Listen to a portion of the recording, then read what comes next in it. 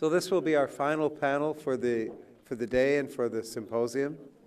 I hope you've enjoyed it thus far, and this is your last opportunity for all of us to hear the discussion from all of our speakers today, with the exception of Mark Feason.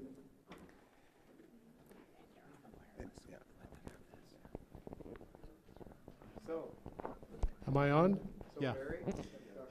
Barry Breger from Montreal. What a great 2 days this has been. I want to thank you, all of you. And Dr. Ruggiero, I feel I've just lived a eureka moment here. Does that mean that those of us who have early planes and have to get out early in the morning will not find out how to make your magic yogurt? Well, first of all, I'm so jealous. There is no magic yogurt. Magic is something different. Well, we can ask Dr. Ron Riordan Clinic to organize another event like this one in the future. Why not? I like this place. I will be more than happy to come back. Sheesh. Okay, thank you.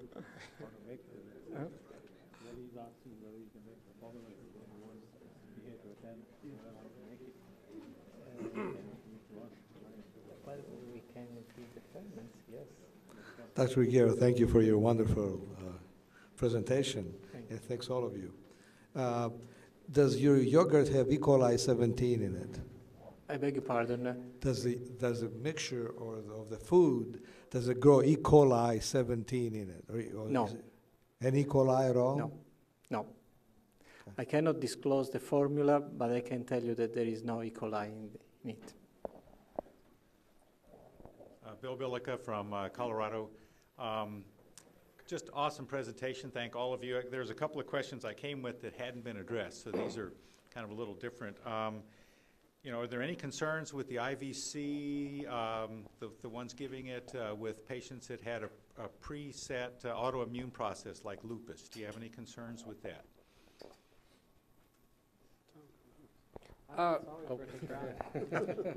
No, but not particularly. Okay. Yeah, not particularly. Okay. I think we don't really have limits to what it could potentially help with.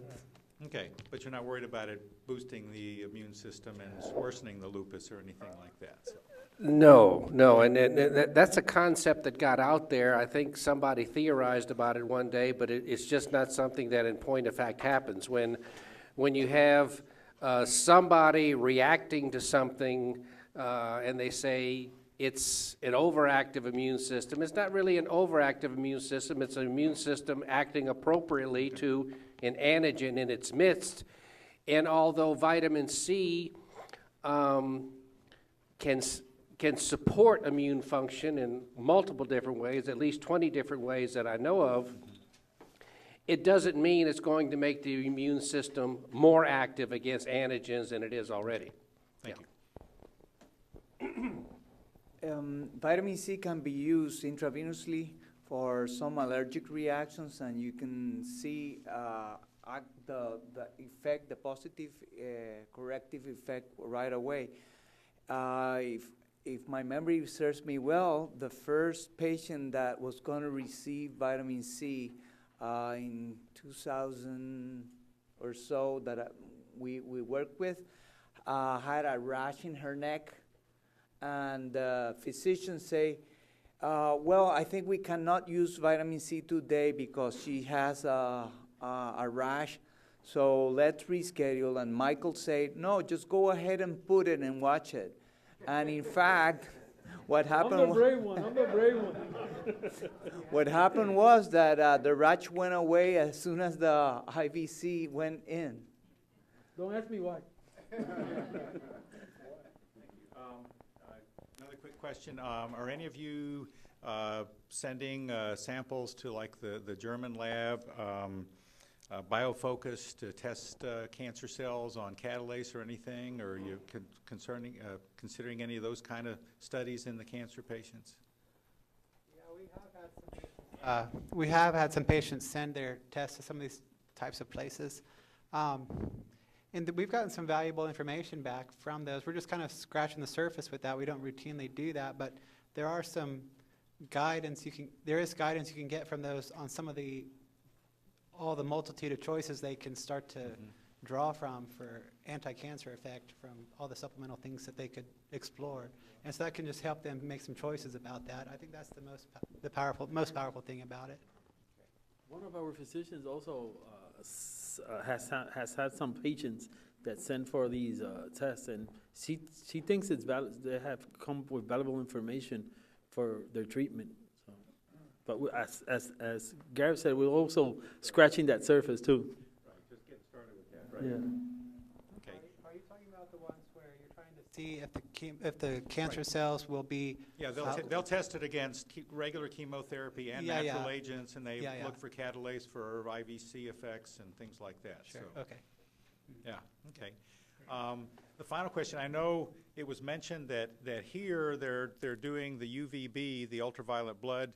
Are any of you combining that with the IVC in cancer, and how are you combining it? Same day, different days of the week? Is anybody here up here doing it, or is they just doing it here at this clinic? I do a lot of IVCs, but I don't do the UV on the same day. I do it on alternate days. I find you're sort of defeating the purpose of the IVC. That's what I think, by putting in UV light, because what the function of the UV light is basically to boost the immune system, plus to kill any circulating fungi or whatever they have. So I find if you reacted to them, one patient didn't take it very well, started complaining of complete sensation like electric current throughout the body. So I stopped it. That's the only experience I've had. From my understanding with some of these oxidative therapies, like the ultraviolet blood irradiation and the ozone therapy, IV vitamin C, I think they probably should be, combined and be synergistic with each other. But I do think they may carry slightly different potentials, and so they may be able to handle different things, and we just aren't that refined with these types of therapies at this time. Obviously, we still have a lot of work to do with IV vitamin C, but then we'll have to move to ultraviolet blood irradiation therapy and ozone and all of these things. But I think they all have a place. So Vedanka, Toronto, Canada. Thank you very much for excellent presentations. Lots of very valuable information. I have a question to Dr. Ruggiero regarding GCMAF. You've done a lot of research. My questions are related more to dosing and frequency. I understand on day about 4 or 5, it's still active in the system for the replacement. And would dose, like I know some recommend 0.5 milliliter, the other one, the other protocol is 0.5 milliliter twice a week, once a week. In terms of frequency and dosing, the effectiveness of the therapy for replacement specifically? Well, I can tell you. Is it working? Yes. Yeah. I can tell you that all of those physicians all over the world who can use legally GCMAF in their countries, which are not all the countries in the world, they use the original protocol settled by Dr. Yamamoto about 3 or 4 years ago. So they use it every 5 days or once a week if you prefer. And the dosage, they tend to start with a subcutaneous injection of a few mLs, or maybe less than that, just to test that there are no reaction. I think it has never been observed any allergic reaction. However, being a protein, it is always safe to do this. And then it depends on the tumor burden and the localization of the burden. Because I think just like with IVC, I learned today, if you have too much of a tumor burden and you start too aggressively, you might have a severe problem. Not only that, the tumoricidal effect of GCMAF also causes some edema around the lesion. And as a matter of fact, if you perform a CAT scan immediately after, or also a sonography of the liver, let's say if you have liver metastasis, immediately after, let's say a few hours or 1 day after injection of GCMAF, you see an increase in the size of the lesion. However, fortunately, this increase is not due to tumor cell proliferation, but to the so-called perifocal edema, that is the inflammation around the tumor. and the infiltration of macrophages and other immune cells that are really infiltrating the tumor. Because of this, if the tumor is large, or even worse, if the tumor is inside the skull, you should be very, very careful because you could have hypertension, intracranial hypertension. So to make it short, there is not a fixed dose. The doctors who are using GCMAF, they start with the dosage as proposed by Yamamoto, and then they try to increase or decrease according to the results that they observe in their patients. For example, there are several doctors who use it in the open, you can find them over the internet, to treat autistic children with extremely good results. The results are really, really impressive, and of course they adjust the dosage to the weight of the child. So it's like any other approach. You have to adjust the dosage according to the subject that you are treating. And another question, once you started that, you should not stop it until Nagalase drops, is that correct? That's a point that has not received a definite answer as yet. Nagalase is one of the parameters that you can look at. For example, in a number of chronic fatigue syndrome patients, we have observed that both approaches, that is the injectable GCMAF and the natural food intervention that contains GCMAF, they both drop Nagalase in a relatively short period of time, and then Nagalase stays down. In my opinion, Nagalase should not be the only one parameter to look at. For example, if you're looking at cancer, there are many other recognized parameters that will tell you whether your intervention is working or not. If you're looking at chronic fatigue syndrome, where the symptoms are the parameter, because as we know, there is no diagnostic tool, no lab analysis that can identify specifically a CFS. Quite frankly, I don't care about Nagalase, I care about the well-being of the patient. If the patient is not bedridden, if the patient who was bedridden now can go to work, quite frankly, I don't care about Nagalase. I would save the money of measuring Nagalase if the patient can now go to work. But in general terms, you're right, Nagalase is one of the parameters, and you should continue with both approaches until it goes down, or even better, until the symptoms improve and the specific disease is improving. For example, in autistic children, I think they do not even measure Nagalase since they see such dramatic improvements and they really don't care about Nagalase. Okay, thank you very much. You're welcome. Laura E. Fall, I'm from Georgia. I have a couple of questions. One, are there any cases where patients have developed resistance to the vitamin C where it's not working for them anymore? And two, the other question I have is, you said to continue the IVC for 6 months to a year after the patients are cancer-free. Is there any benefit to continuing it long-term if patients want to continue? So the first question was the resistance. Now this is, it does appear, the rate of growth is definitely slowed, and if you let up on the vitamin C, it'll revert back to a quicker growth pattern, which is probably just the natural progression. Now we have had a few people stop the infusions very quickly and just like abruptly, and their tumors just started to go like crazy, and so I don't know if that's again the natural progression and that's the way it would have been going if we hadn't been doing the vitamin C, or somehow they're growing faster now that they've had the vitamin C and it's let up. But that's part of the reason why we go so long with them after they've been determined to be disease-free, because if it does increase the speed at which the cancers run, you definitely want to just phase them out slowly so you can try to make sure they don't have any rogue cells still left around that you're going to miss potentially.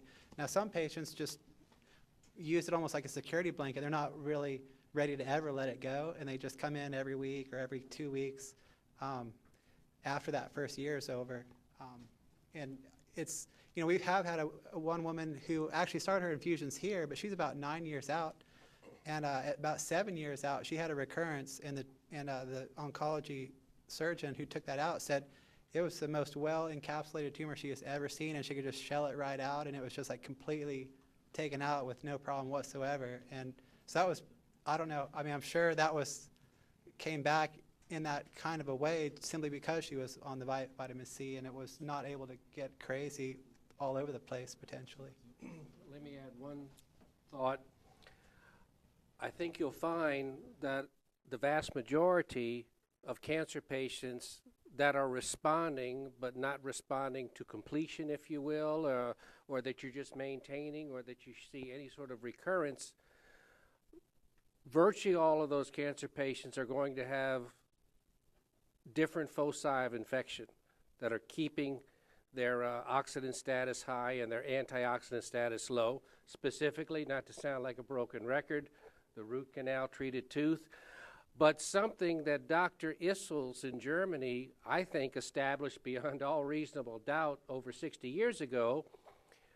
He ran an advanced cancer clinic patient. This is in his book, Cancer, A Second Opinion. You can get it on Amazon.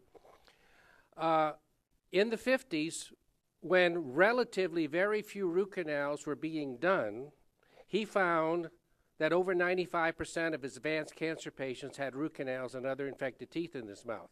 He not only routinely got all of that out, but even more and even less recognized is that he would routinely do tonsillectomies on everybody as well. And what I'm going to submit to you, it actually happened with me as well, but I'll submit to you that after you've had a root canal for a very short period of time, let's just say a few months, not even a few years, but a few months, you've put such an abnormal overload strain on the tonsil, you've converted it from a protective agent to a secondary focus of infection that will not resolve on its own after the root canal comes out. Now, doing tonsillectomies is a big deal, especially in adults. I had one done as an adult, and for me, it was the most horrible experience of my life, but I'm glad I got it done, because when the surgeon grabbed the tonsil, even though they looked morphologically normal, on the side that I had my root canal 15 years ago, pus came out. Okay? And Issels repeatedly saw and documented that the tonsils that looked morphologically normal still had extensive pockets of abscess and infection in them. So basically, a root canal is not a natural infection that you encounter, resolve over the course of a few days or a few weeks. The tonsil protects you during that process and then resolves its toxicity infection. When you just have something there 24/7, releasing toxins, releasing a wide variety of pathogens, 99% of tonsils have no choice but to become problems themselves. So when you're seeing a patient like that, if you didn't already do it, check out the status of the mouth thoroughly for the root canals, but also, especially if, I mean, there'll be a subset of patients where you do the root canals and they'll do great. And even though their tonsils might be infected, you don't have to go take them out. But if you have that patient that's had the root canals out and is still not responding well, you should give serious consideration to a tonsillectomy.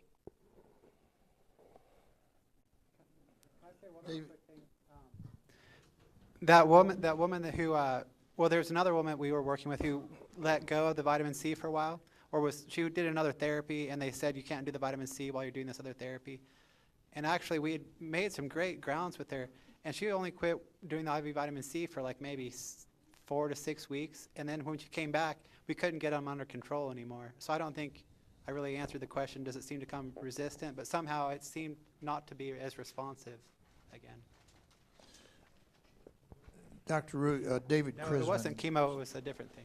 I just wanted to add some comment to Garrett. We had the same experience as Garrett, that once the person abruptly stops, the tumor picks up, and it's hard for the tumor again to respond the same way it did the first time. David Krisman, South Bend, Indiana. Dr. Ruggiero, if we could stay tomorrow for your seminar on the food, would we be able to then make that product at home?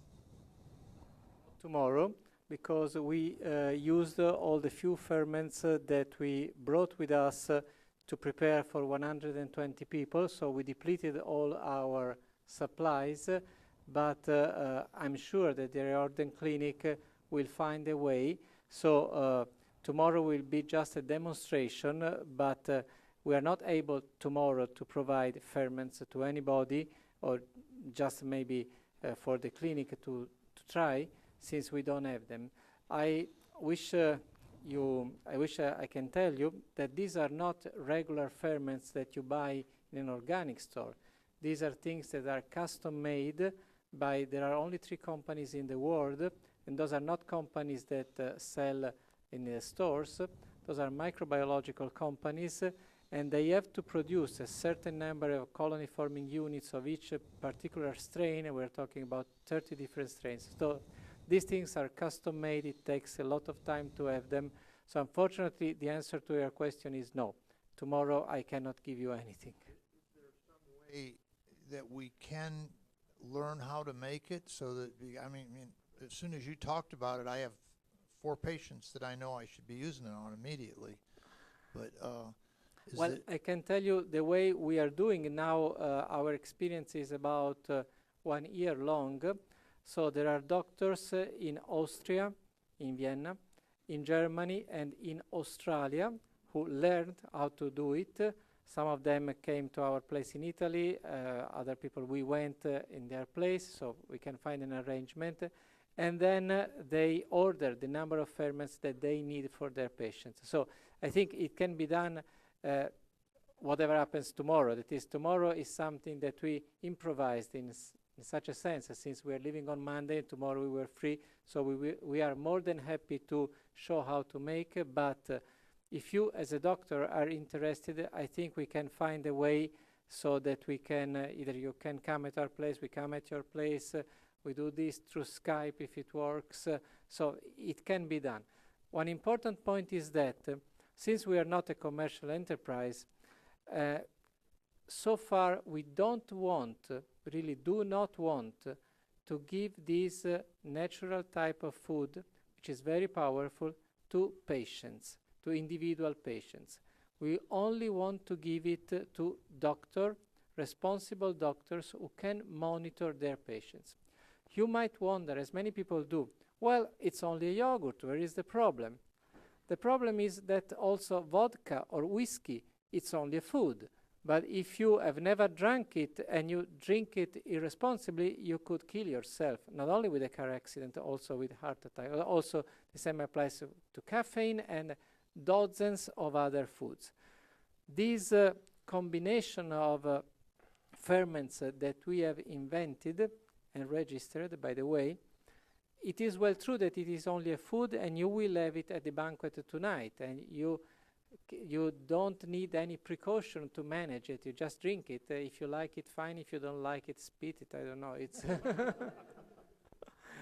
but if you have a patient with whatever disease, it's like to give coffee or caffeine. You have to be careful, because if you give coffee to a patient with a heart condition, of course, you might worsen his condition. So we are more than happy to provide the know-how and the material to doctors. At this point, we do not want to give the material to individual patients. We think that responsible doctors are our target of collaboration. So we want to collaborate with as many doctors as possible. I can understand that, but you will provide us some way to contact you so that we can do it responsibly?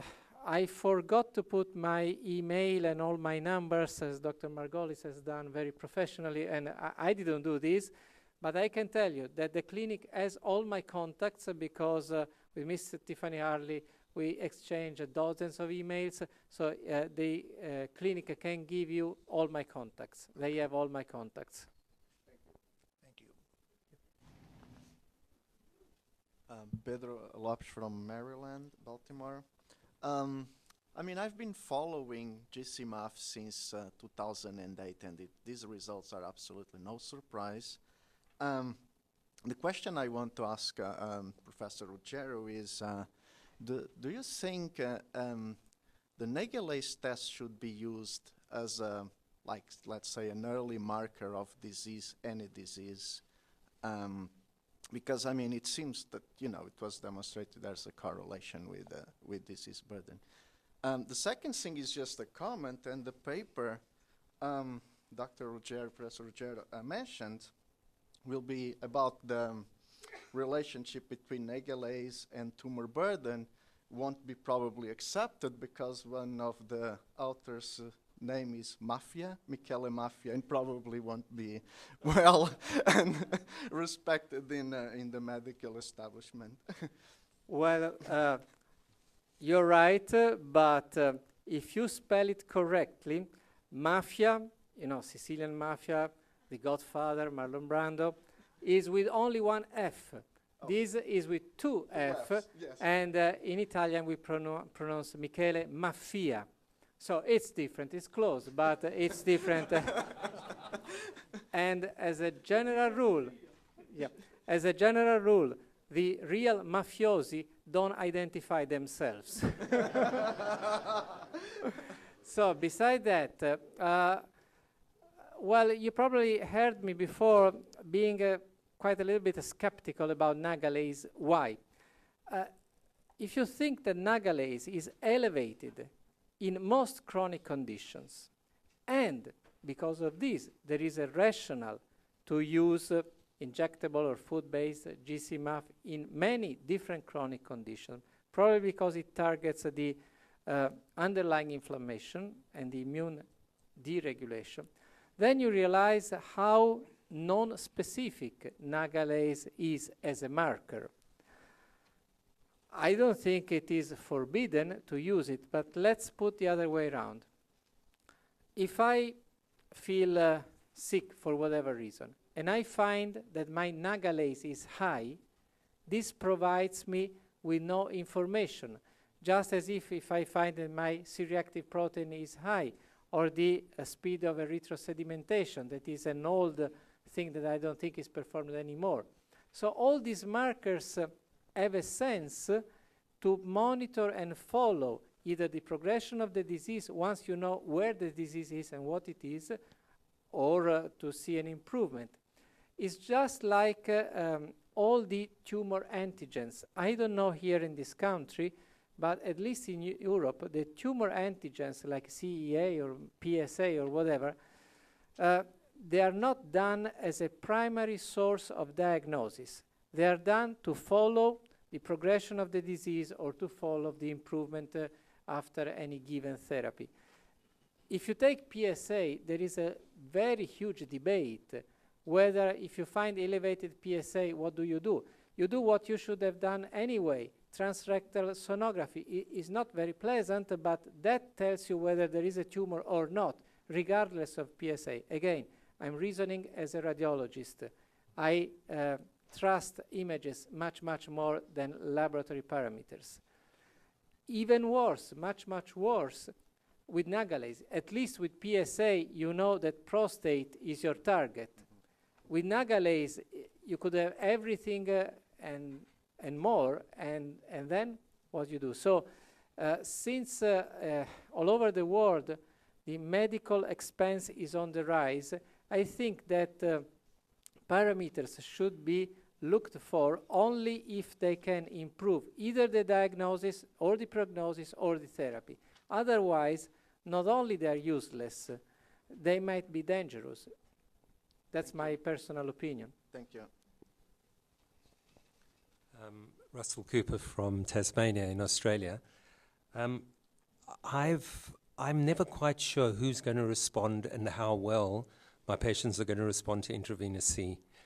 And I was thinking the transporter protein, which is the sodium vitamin C transporter, appears to have polymorphisms. And in some of the literature, I found that some of these polymorphisms are associated with a high risk of cancer and others with a lower risk. So my question is any of the speakers looking at gene polymorphisms of the sodium vitamin C transporters, and if so, from which labs? And do you think it would be of relevance to be measuring these to decide whether we should be giving, much more or less amounts of intravenous C to some of our patients?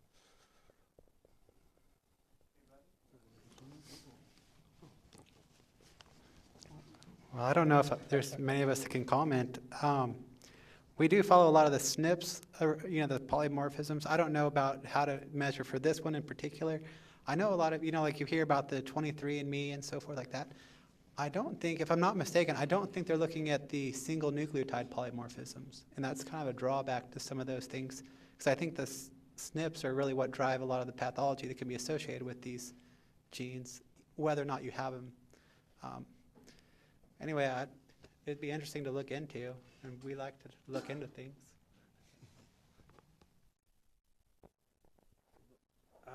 The only thing I could tell you is that if the polymorphism is present, you're going to need even higher levels. But it's an excellent question, and I have no answer for it. Hypoxia-inducible factor 1, HIF1, is upregulated in cancer. And one of the substances that also increases HIF1 is hydrogen peroxide. So my question is, if we're increasing hydrogen peroxide with high doses of IVC, are we also increasing HIF1? And if we are, is that, that doesn't sound like a good thing.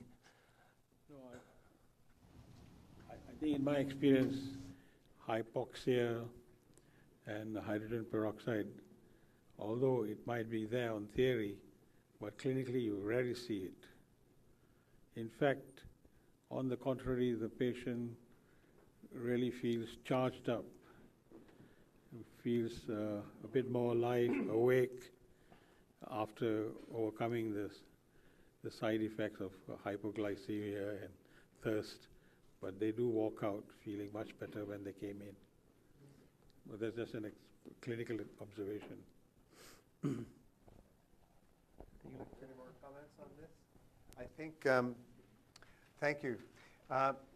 Any other questions, we will please submit to the Riordan Clinic, and there'll be the substance for our next IVC symposium, which we will let you know about. It'll be in 2 years from now. Yes. Yeah.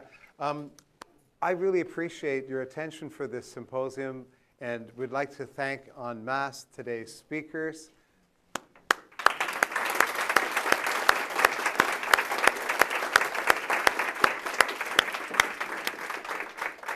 I'd also like to let you know that due to some popular demand, Dr. Ruggiero's workshop will be in the morning tomorrow. See how flexible we are here in Wichita? So we're thinking 9 to 12 instead of 1 to 4. So anybody who has an afternoon flight or could rearrange their flight for a small. I tried to rearrange my flight. It was $1,400. So I hope you're not trying to. So the success of this symposium has been not only due to the great speakers and the great attention of the delegates from all over the world, but to a terrific staff here at the Riordan Clinic. And on behalf of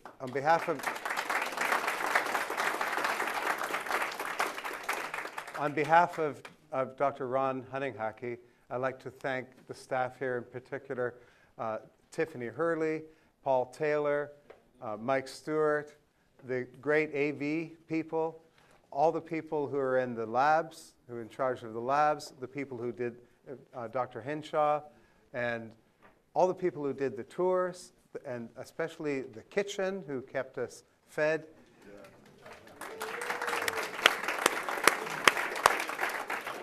For those of you who have not walked the Gratitude Trail, this is your chance.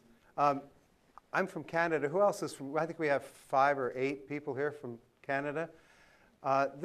In Canada, this is our Thanksgiving weekend. We like many things, we beat the U.S. by several weeks, but it's especially in, never mind. But really, it's mainly because our harvest is just, because we're a little further north, our harvest is earlier. And we also, separate Thanksgiving from Christmas, clearly. So do take a chance to walk the Gratitude Trail between now and the banquet. It helps to pace us down and up at the same time. So thank you for your attention. It's been a fantastic symposium. the third here, and I hope many more. So enjoy the banquet tonight. We still have an hour of reception up in Dome 6. I think this will be our last chance to meet with the exhibitors and have a little drink before the GMAF. So, okay, thank you very much.